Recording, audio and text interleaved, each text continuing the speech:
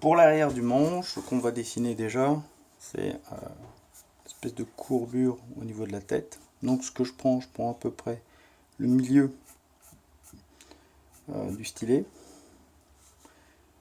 Ici, après j'essaye de faire une courbe assez uniforme. C'est-à-dire que pour diminuer la hauteur du manche, parce que si je commence à courir beaucoup trop gros, donc on va diminuer.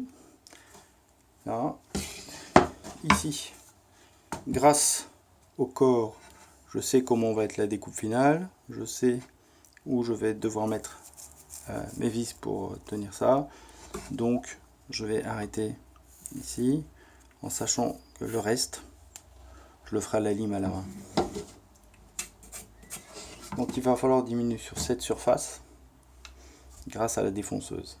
Alors pour diminuer, on sait que le truss rod fait 1 cm de profondeur.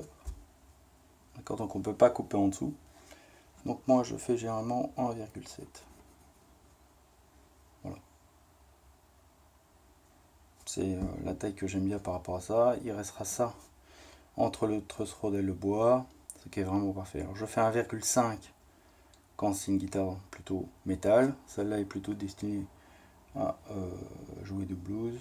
Donc on va tracer une ligne à 1,7 cm. Voilà. La ligne a été tracée. Et donc on va enlever sur cette surface toute cette hauteur pour avoir un manche quand même plus fin. Parce que là, ça serait très difficile à jouer.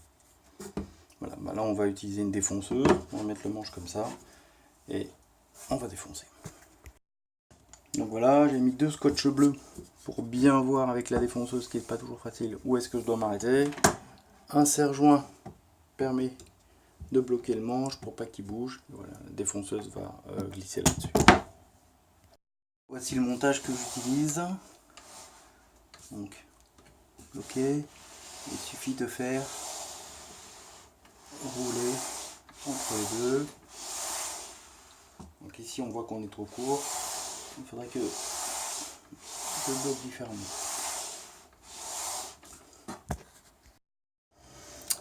Voilà, on voit bien le trait noir, j'avais coupé jusqu'à là, on voit bien le dénivelé.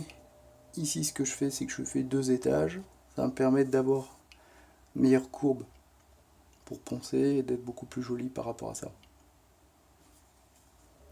Voilà. Maintenant ici il faut faire l'arrondi.